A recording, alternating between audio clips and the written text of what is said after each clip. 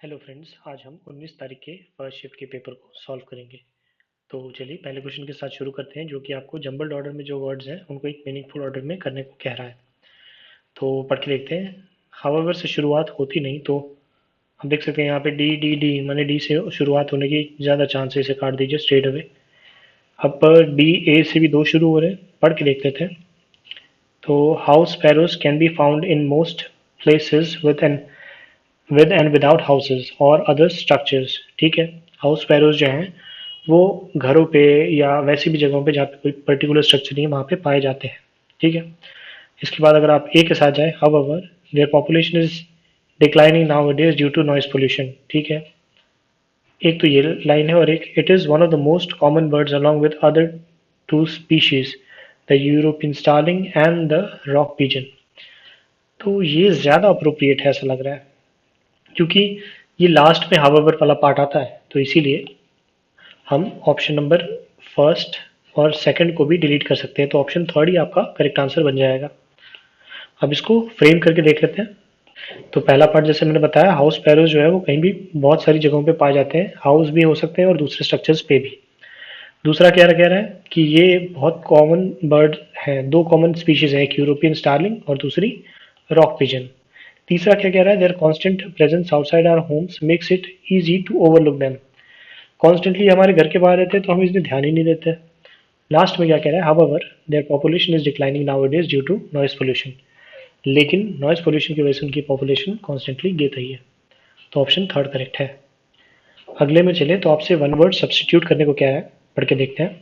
A person who performs magic to entertain people. वो जो कि मैजिक का परफॉर्मेंस करता है लोगों को एंटरटेन करने के लिए, उसे हम मैजिशियन कहते हैं। ऑप्शन सेकंड आपका इसमें करेक्ट आंसर है।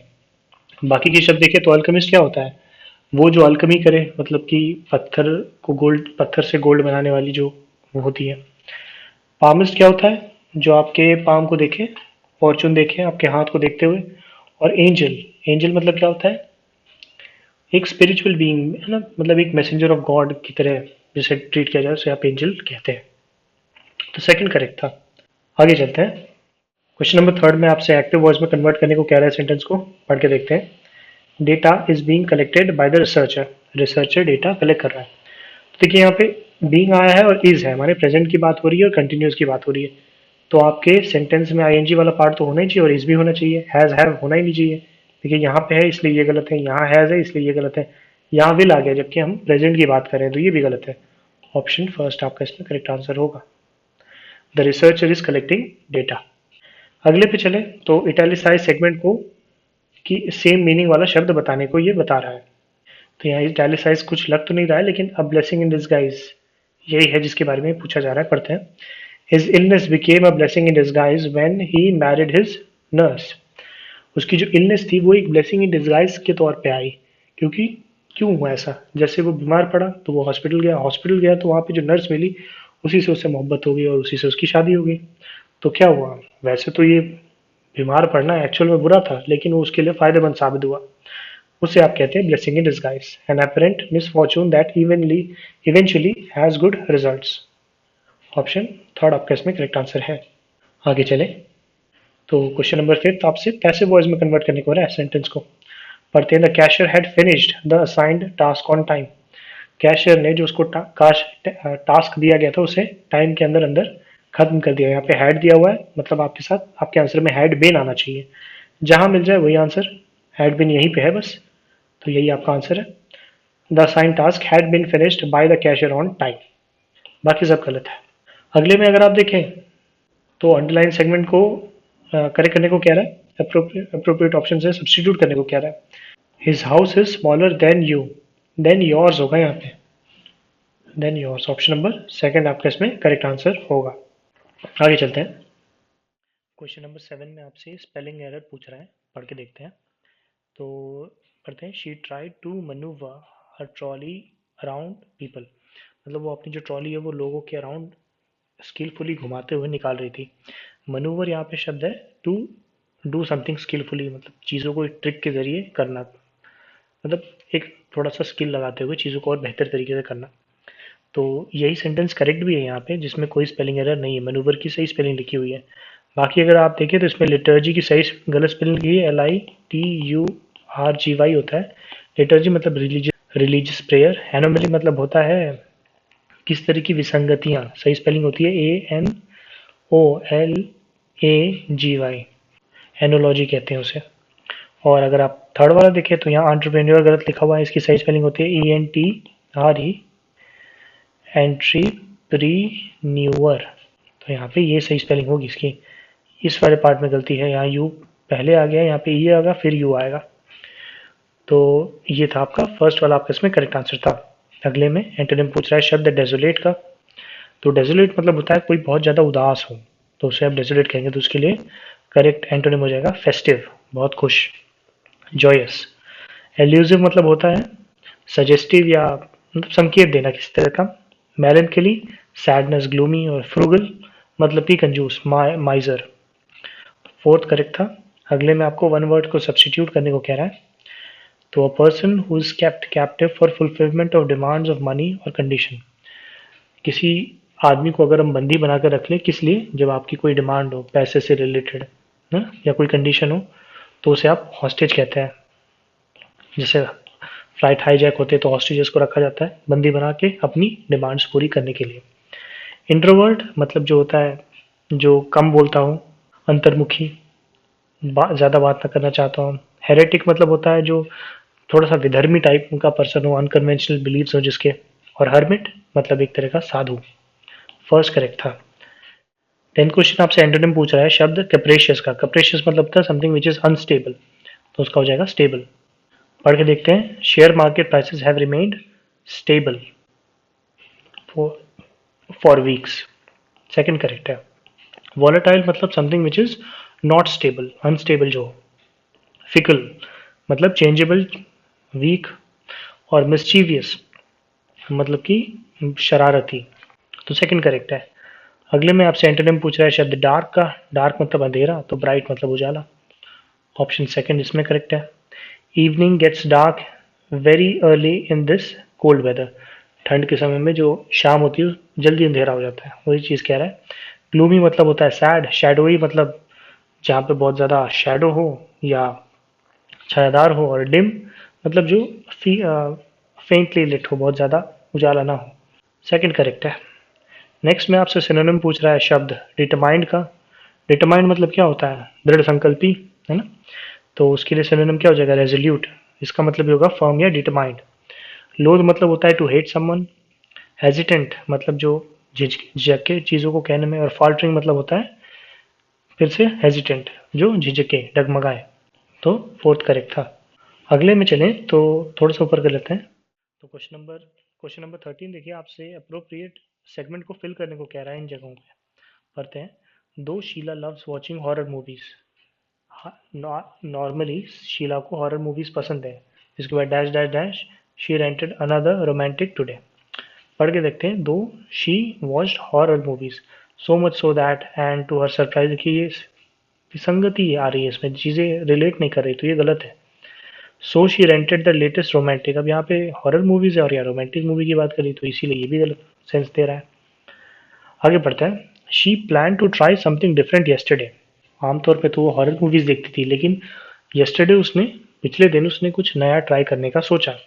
सो she rented the latest romantic, इसीलिए उसने जो लेटेस्ट रोमांटिक मूवी थी, and to her surprise she enjoyed it very much, so much so that she rented another romantic today. Romantic या movie और लिखना चाहिए था, पता नहीं क्यों नहीं लिखा। खैर, तो इसमें ये वाला सेंस आ रहा है कि वैसे तो आमतौर पे उसे रोमांटिक हॉरर मूवीज पसंद है, लेकिन उसने कुछ नया ट्राई करने के लिए पिछले दिन एक रोमांटिक मूवी देखी और उसे वो अच्छी भी लगी। इतनी अच्छी लगी कि उसने अगले दिन, माने आज, फिर से एक रोमांटिक मूवी रेंट कर ली। तो इसके लिए ऑप्शन थर्ड आपका इसमें करेक्ट आंसर होगा। 14 को देखें तो इसमें दिया हुआ है कि सेंटेंस में कुछ एरर है, वो पहचानना है। The police told the agitators to back in. Back in नहीं, यहाँ बैक ऑफ होगा। बैक ऑफ करने को कहते हैं ना, पीछे हटने। Else they would lathi charge. तो एजिटेटर्स थे जो प्रोटेस्ट कर रहे थे लोग, गुस्से में जो लोग थे, आंदोलनकारी कह सकते हैं आप शब्द। तो उन्हें पुलिस ने पीछे हटने को कहा, वरना वो लाठीचार्ज करेंगे। तो यहाँ पे बैक इन वाला पार्ट ही गलत है, ऑप्शन फर्स्ट। अब आगे चलते हैं। तो क्वेश्चन नंबर 15 में आपसे अंडरलाइन सेगमेंट को इम्प्रूव करने को कह रहा है, पढ़ के देखते हैं। Transactional linkages for example sever the nation's integrity and corrupt state society relations. तो ये जो ट्रांजैक्शनल लिंकेजेस होते हैं, मतलब चीज़ों का लेन देन जो होता है, जो ट्रांजैक्शनल लिंकेजेस होते हैं एग्जाम्पल के तौर पे, तो वो क्या करते हैं, सेवर, सेवर माने होता है डिटैच द नेशन स्टेट्स, मतलब कंट्री और जो स्टेट का जो इंटेग्रिटी होती है उसको करप्ट कर देती है। इसके लिए हमें अंडरलाइन सेगमेंट को इम्प्रूव करना है। इंटेग्रिटी के लिए हमारे पास यहाँ पे शब्द है कोहिजन, जुड़ाव। और करप्ट के लिए हमारे पास शब्द है इरोड, इरोड मतलब भी खत्म होना धीरे धीरे, जैसे इरोजन होता है। तो इसीलिए आपका करेक्ट आंसर होगा ऑप्शन सेकंड, कोहिजन और इरोड कर देती है रिलेशंस को सेंटर और स्टेट के बीच में। क्वेश्चन 16 में आपसे सिनोनिम पूछ रहा है शब्द फैलेसी का। फैलेसी का क्या मतलब, क्या होता है, कोई तरह की असत्य धारणा। तो उसके लिए शब्द जो आपका सिनोनिम हो जाएगा वो हो जाएगा एरर, मतलब कुछ तरह की त्रुटि या गलती। वेरीफाई मतलब किस चीज़ की सत्यापन करना, वेरीफाई करना। वेरासिटी मतलब होता है सत्यता, सच। और एविडेंस मतलब किस तरह का साक्ष्य। तो ऑप्शन फोर्थ करेक्ट था। अगले में चलें तो ईडीएम का मतलब पूछ रहा है स्टार्ट फ्रॉम स्क्रैच, मतलब शुरू से किसी चीज़ को शुरू करना। To start or create something from the very beginning. Option second is your correct answer. Next, we'll move ahead, which says to give the synonym of the sentence of the word garnish. Garnishing क्या होता है, आपने देखा होगा खाने के ऊपर जो धनिया और चीज़ों को डाल के और सजाया जाता है उसे आप गार्निशिंग कहते हैं। डेकोरेशन होता है एक तरह का फूड के ऊपर। तो इसीलिए option number third is your appropriate answer. Tarnish मतलब क्या होता है, गंदा कर देना। ट्विंडल घट जाना।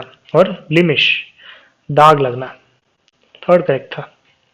आगे चलते हैं। तो क्वेश्चन नंबर 19 आपसे क्या कह रहा है, सेंटेंस का कुछ पार्ट्स में दिया हुआ है उसको आपको करेक्ट बताना है। We took dinner in a Chinese restaurant and were amazed to see the interior of a restaurant, of यानी ऑफ द रेस्टोरेंट, किसी पर्टिकुलर रेस्टोरेंट के बारे में बात हो रही है। तो इसीलिए ऑप्शन नंबर फोर्थ आपका इसमें गलत आंसर होगा।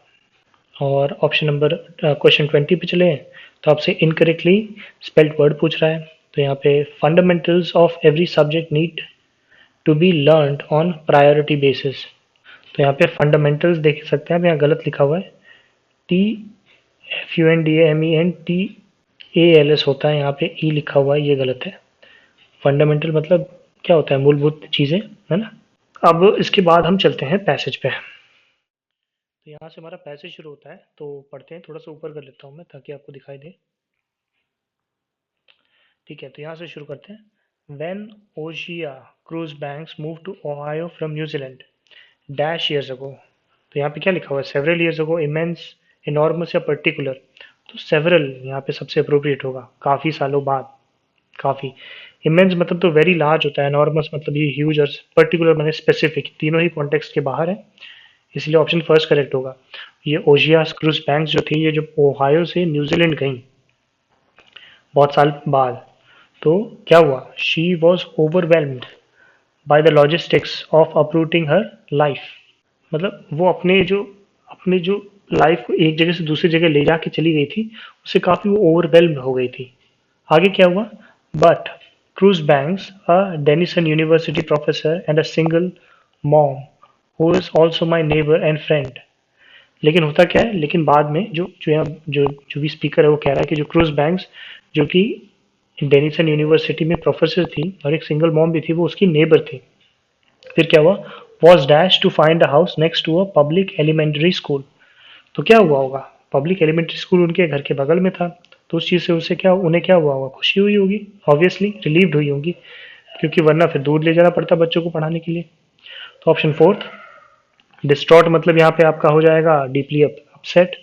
और डिस्पैशनेट मतलब ज़्यादा कोई निष्पक्ष हो, जो ज़्यादा किसी की तरफ ना हो। वरिड माने anxious.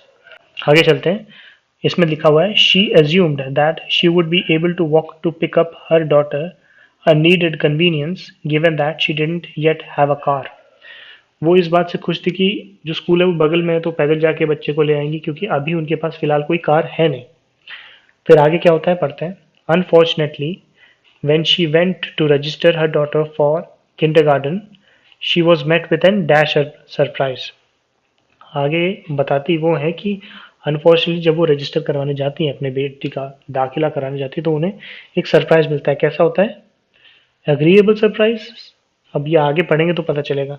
The only option was a half day programme that would bus student to a day care centre on the outskirts of the town of the for the afternoon. अब देखो ये बता ये रहा है कि ऐसा एक हाफ डे केयर था जहाँ पे बच्चों को बाहर दूर ले जाते थे, वहाँ पे किंडर गार्डन था, तो उस चीज़ से उन्हें खुशी तो नहीं हुई है, तो इसलिए यहाँ पे अनप्लेजेंट करेक्ट आंसर होगा। अनप्लेजेंट सरप्राइज हुआ उन्हें। अग्रीएबल मतलब होता है किसी चीज़ को मान लेना, प्लेजेंट होना। एंजॉयबल माने फन, और अम्यूजिंग माने भी खुशी, एंटरटेनिंग। तो ये तीनों ही नहीं होंगे, ऑप्शन 4 करेक्ट होगा। होता क्या था, आगे थोड़ा सा ऊपर कर लेता हूँ मैं। अभी भी शायद नहीं दिखेगा, तो थोड़ा छोटा कर लेता हूँ मैं ताकि आपको दिखाई दे। The only dash option was a half day programme, the only available option, क्योंकि बस वही बचा था, बाकी तो सब यूज हो गया होगा। क्या था अवेलेबल ऑप्शन? क्या था? Would bus students to a day care centre on the outskirts of the town for the afternoon. दोपहर में बच्चों को वो दूर एक आउटस्कर्ट्स में डे केयर सेंटर होगा, वहां पे जाके बच्चों को वहीं पे खिलाएंगे, जो भी किंडर गार्डन में होता है। फ्यूटल मतलब वेस्ट होता है। नॉन वायबल मतलब होता है समथिंग विच इज अनफीजिबल, जो हो ना सके, और इनएक्सेसिबल मतलब जो रीच ना किया जा सके। तो फर्स्ट करेक्ट था। और लास्ट स्टेप पे अगर चले तो पढ़ते हैं। थोड़ा सा मैं जूम कर लेता हूँ ताकि आपको दिखाई दे। तो यहाँ लिखा है the district did offer a limited number of full day slots but those had all been claimed in a lottery earlier that spring and came with a tuition cost. तो डिस्ट्रिक्ट में जो जहाँ भी वो एडमिशन कराने जाती है, वहाँ जाकर उन्हें पता चलता है कि डे वाला फुल डे स्लॉट वाला भी उनके पास मतलब डे किंडर गार्डन का कुछ सिस्टम था, लेकिन वो लॉटरी के द्वारा सबने पहले ही क्लेम कर दिया था, और उसमें भी ट्यूशन कॉस्ट लगता था। तो फिर क्या होता है? I was like, cost me what? Public school cost money here, she told me. तो कॉस्ट मी मतलब जब उन्होंने ट्यूशन कॉस्ट के बारे में सुना तो उन्हें पता, थोड़ा आश्चर्यचकित हो गई, क्योंकि वहाँ पे पब्लिक जो स्कूल थे वहाँ पे पैसे देने पड़ते थे। वो थोड़ा स्ट्रेंज था उनके लिए। ऊपर कर देता हूँ मैं थोड़ा सा। फिर my parents across the United States, like Chris Banks, may assume that free full day kindergarten is a dash part of the country, is a required part of the country's public education system. I was one of them until my youngest had to enter one district's lottery several months ago. When he was assigned to the half day program, I swung between alarm and frustration.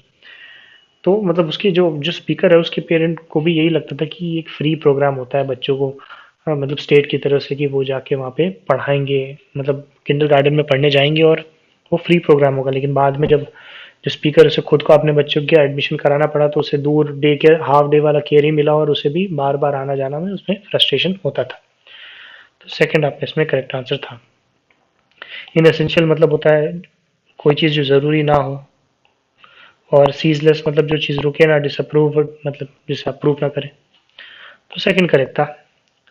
उम्मीद करता हूँ ये video भी बाकी videos की तरह helpful रहा होगा। बाकी जल्द ही मैं इस पूरी सीरीज़ को ख़त्म करके फिर मेंस की भी वीडियोस बना दूंगा, ताकि आपके नेक्स्ट ईयर का जो एसएससी सीजीएल है उसके लिए ये थोड़ा बहुत लाभदायक रहे। वीडियो पसंद आया तो आप इसे लाइक कर सकते हैं, और आगे इस तरह की वीडियोस के साथ बने रहने के लिए आप इसे सब्सक्राइब कर सकते हैं चैनल को। वीडियो के साथ हम तक बने रहने के लिए बहुत बहुत धन्यवाद।